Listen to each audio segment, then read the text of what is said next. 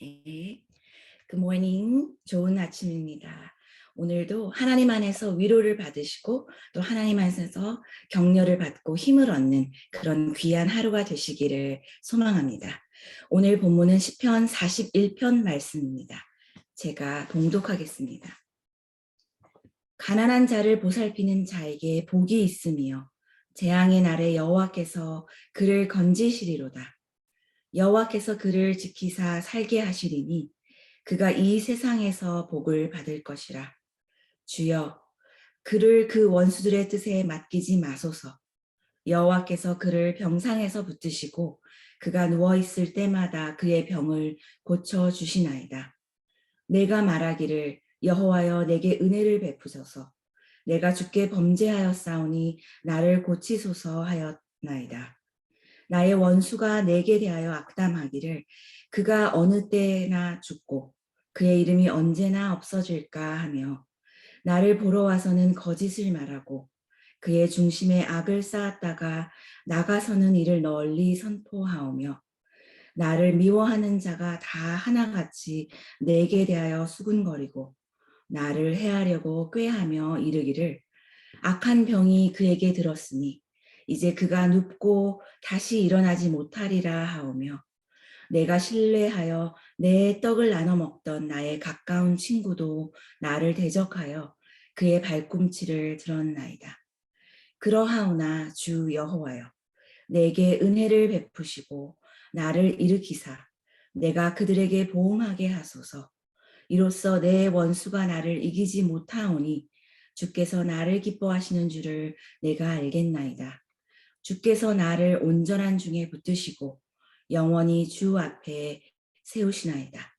이스라엘의 하나님 여호와를 영원부터 영원까지 송축하리로다. 아멘, 아멘.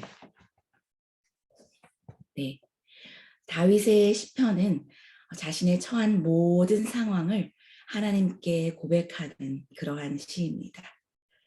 누군가의 이야기가 아니라 나 자신의 이야기, 자신의 경험을 통해서 하나님 앞에 죄를 고백하고 또 하나님 앞에 탄원하고 하나님 앞에서 믿음을 다시 붙드는 그러한 믿음의 기록들입니다.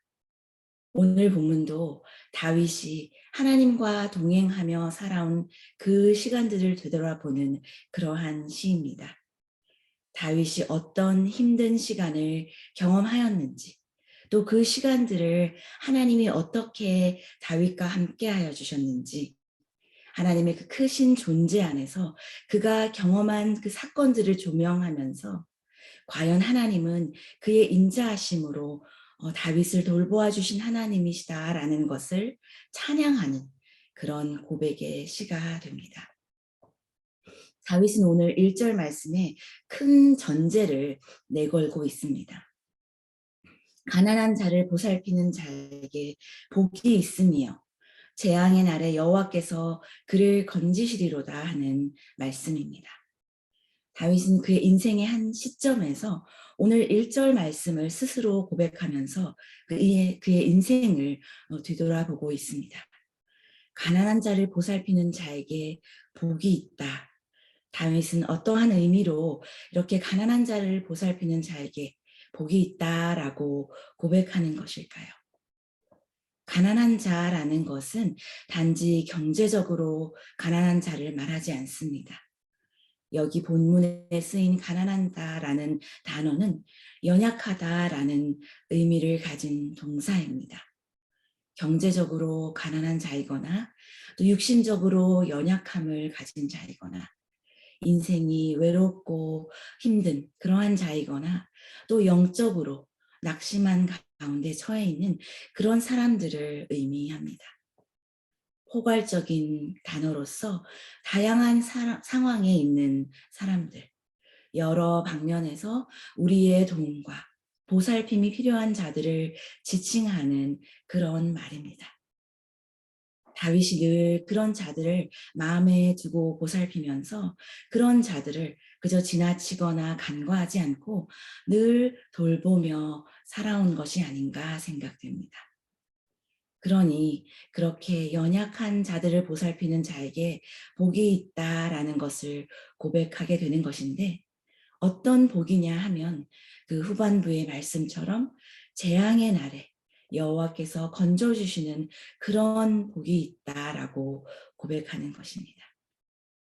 그리고 그 재앙의 날, 극심한 어려움을 당한 그 날에 여호와께서 또 어떻게 그를 도우셨는가에 대한 그런 부수적인 설명이 2절에 이어서 언급되고 있는데, 여호와께서 그를 지키사 살게 하시고 또 그가 이 세상에서 복을 받게 하시고 또 여호와께서 그를 원수들의 뜻에 맡기지 않으셨다라는 그런 말을 하고 있습니다. 그 여호와께서 다윗을 도우셨는데 그를 지켜주셔서 살게 하셨고 원수들의 손에 넘어가지 않게 하셨다라는 것이 그냥 이 다윗을 재앙에서 건져주시고 복을 주신 그런 여호와시다라는 것을 설명하고 있습니다. 다윗이 재앙의 날을 언급하고 또 원수들을 언급하면서 그 가운데서 복을 주신 하나님이다라는 그 말을 보면 그의 인생에서 많은 재앙의 날, 또 고통의 나날들을 경험했다는 것을 알 수 있습니다. 그런 사건들, 어떠한 일들을 그가 경험했는지 그런 사건들이 3절부터 9절에까지 열거되고 있는데, 그가 그 경험했던 순간들이 결코 쉽지 않은 그런 순간순간이었다는 것을 알 수 있습니다. 3절은 그가 병상에 있었던 때를 회상합니다. 그가 누웠을 때마다 고통당할 때마다 그의 병을, 그의 육신의 질병을 하나님께서 고쳐주시는 그런 은혜를 입었다는 것입니다. 그리고 다윗이 범죄하였을 때도 떠올립니다. 그리고는 하나님께서 다윗의 그 범죄했던 그런 모습을 용서하시고 그의 마음을, 그의 심령을 다시 한번 고쳐주셨다라는 고백을 하고 있는 것입니다. 그런데 그가 병상에 누웠을 때보다, 그가 범죄했을 때보다 더 큰 고통의 시간이 있었다는 것입니다. 그때가 바로 다윗이 재앙과 같은 시간이라고 고백했던 때인 것 같습니다. 5절부터 보면 5절에는 원수가 그에 대하여 악담할 때라고 언급하고 있습니다. 원수가 그에게 와서 어느 때 그가 죽을 것인가, 어느 때에 그의 이름이 이 세상에서 사라져 버릴 것인가 하고 저주하는 그런 말을 계속해서 하더라는 것입니다. 그리고 또 어떤 이는 다윗에게 또 와서 거짓을 고하더라는 것입니다. 거짓을 고할 뿐만 아니라 그리고는 나아가서 다윗에 대해서 오히려 거짓 소문들을 널리 전파하더라는 것입니다. 그리고 또 어떤 이는 다윗을 미워하면서 다윗을 놓고 수군거리기를 일삼고 또 그를 해칠 생각만 하더라는 것입니다. 또 나아가서 어떤 이는 다윗이 악한 병이 들었다라고 소문을 내면서 이제 곧 병들어 죽게 되었다라는 그런 거짓 소문을 퍼뜨리고 돌아다니더라는 것입니다. 그리고 또 너무나도 고통스러웠던 순간은 9절 말씀에 떡을 같이 나누던 가까운 친구가, 그와 친밀하게 지내며 의지하며 믿었던 친구가 그를 배신하고 또 그를 대적하는 그러한 고통을 경험했다라고 말하고 있습니다. 다윗은 그가 겪은 이 고통들을 간단하게 한 구절 한 구절로 그 상황을 나열했지만 이것들을 재앙이었다라고 표현하는 것을 보면 이 일들이 재앙이라고 느껴질 만큼 그의 마음을 오랫동안 극심한 고통 가운데 괴롭혀왔던 사건들이었음을 알 수 있습니다. 이런 일이 실제로 나에게 닥쳤다라고 상상해 본다면 마음에 깊은 상처가 되고 또 분노가 찼을 것입니다. 그런데 다윗이 왕이었음에도 불구하고 이러한 일을 수도 없이 경험한 것을 보면 사람은 또 어느 위치에 있든지 이런 어려움을 피해갈 수 있는 그런 인생은 없는 것이구나 하는 그런 생각도 하게 됩니다. 이런 많은 고통을 경험하고 이런 재앙과도 느끼는 그런 순간들을 많이 경험하였음에도 불구하고 다윗이 하나님을 생각하면 그 은혜가 너무도 크시다라는 것을 고백하고 있는데 그것이 10절, 11절의 말씀입니다. 그러하오나 주 여호와여 내게 은혜를 베푸시고 나를 일으키사 내가 그들에게 보응하게 하소서. 이로써 내 원수가 나를 이기지 못하오니 주께서 나를 기뻐하시는 줄을 내가 알았나이다. 주 여호와는 다윗이 어려움을 당할 때마다 그를 일으켜 주시고 다윗의 손을 잡아 주셨다는 것입니다. 원수들의 편을 들어주신 것이 아니라 다윗의 편을 들어주심으로 그가 틀리지 않았다. 그가 잘못하지 않았다 하는 그런 위로를 주신 하나님이라는 것입니다. 자기를 괴롭히던 원수들이 그들의 소원을 이루지 못하는 것을 보고 주께서 나를 위하여 보응해 주셨구나. 주께서 원수들의 소원을 들어주시지 않으셨구나. 주께서 나를 기뻐하고 계시는구나 라는 것을 알게 되었다는 것입니다.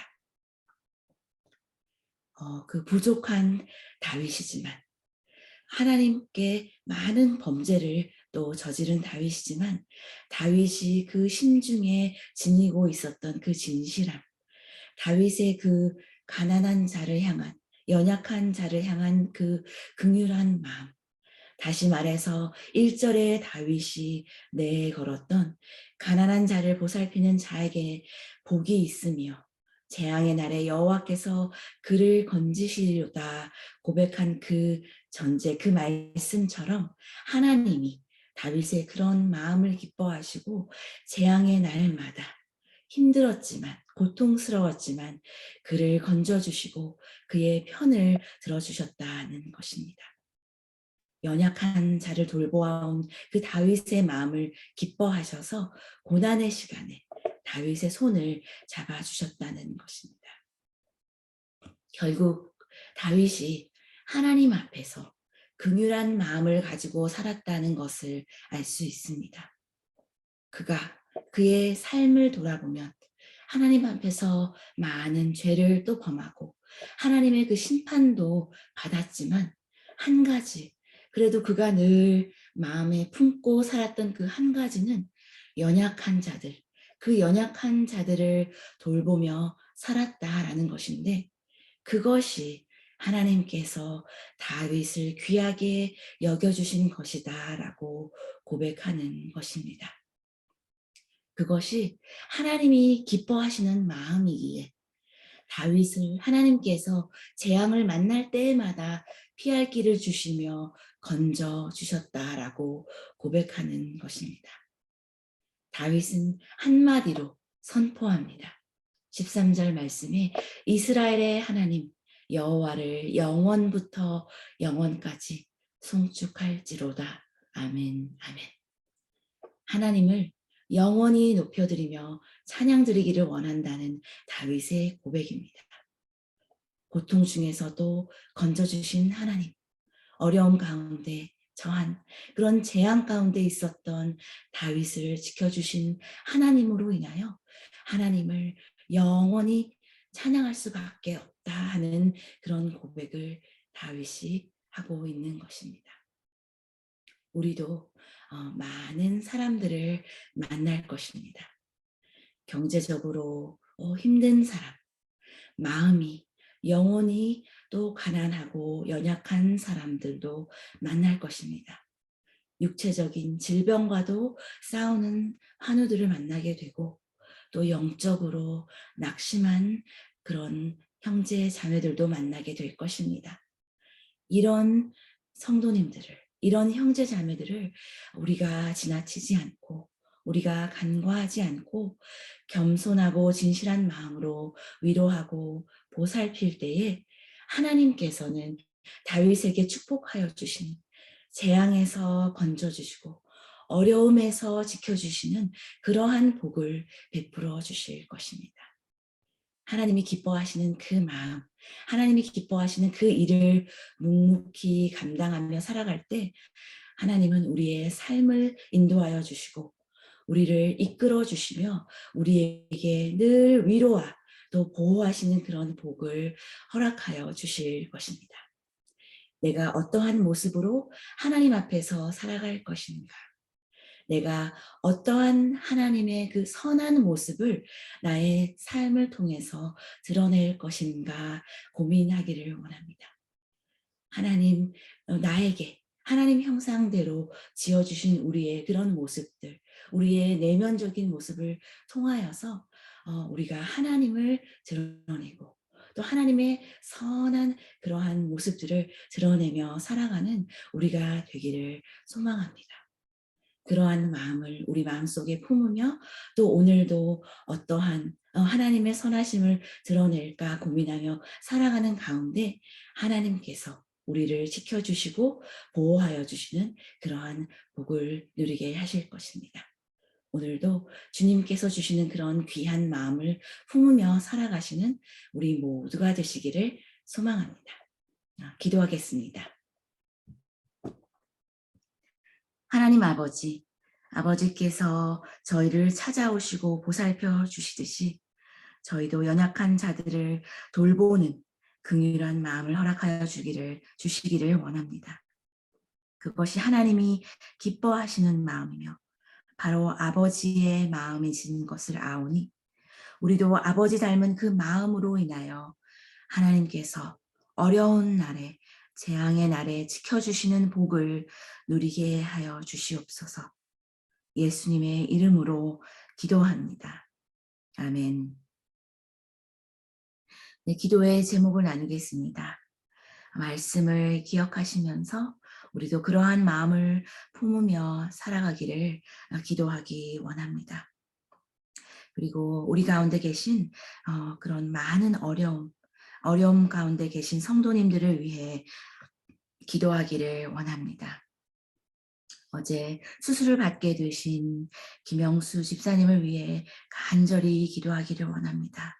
하나님께서 그 집사님을 붙들어 주셔서 수술이 잘 회복될 수 있도록 기도해 주시기를 원하고 또 그 밖에도 많은 성도님들, 환우들을 생각하며 치료 중에 있는 그 환우들을 생각하며 하나님께서 그들을 붙들어 주시고 치유를 경험하게 하시고 또 하나님이 평강 가운데 건져주시는 그러한 경험을 할 수 있도록 기도해 주시기를 원합니다. 12월 대림절 기간 중에 있습니다. 또 성탄이 다가오고 연말이 다가오고 있습니다. 분주한 가운데서도 우리의 삶에서 또 우리의 모든 예배에서 하나님께 우리의 마음을 진심으로 전적으로 드리는 그러한 시간이 될 수 있도록 기도해 주시기 바랍니다. 다 함께 기도하시면서 일상으로 나아가시겠습니다.